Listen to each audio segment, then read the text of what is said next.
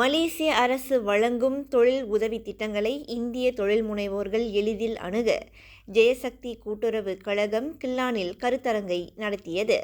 120க்கும் மேற்பட்ட தொழில் முனைவோர்கள் கலந்து கொண்ட இக்கருத்தரங்கில் தக்குன் அமானா இக்தியார், சிறு குறு வர்த்தகம் போன்ற முக்கிய திட்டங்கள் குறித்து விளக்கம் அளிக்கப்பட்டதுடன் நிர்வாகத்திறன் மேம்பாட்டுக்கான பயிற்சிகள் வழங்கப்பட்டன.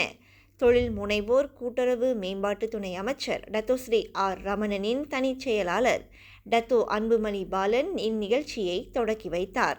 தகுந்த பயிற்சி இல்லாததால் இந்திய தொழில் முனைவோர்கள் தவறான நிர்வாகத்தால் பெரிய இழப்புகளை சந்திக்கின்றனர்.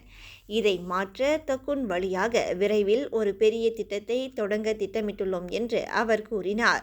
ஐபெஃப் திட்டத்தின் கீழ் 48 சிறு தொழில் முனைவோர்களுக்கு 2.96 மில்லியன் ரிங்கிட் மானியம் வழங்கப்பட்டதும் அரசின் அர்ப்பணிப்பை காட்டுவதாக அவர் கூறினார். இந்நிலையில் டத்தோ பாஸ்கரன் தலைமையிலான ஜெயசக்தி கழகம் இதுபோன்ற கருத்தரங்குகளை மலேசியாவின் பிற மாநிலங்களிலும் விரைவில் நடத்த திட்டமிட்டுள்ளது குறிப்பிடத்தக்கது.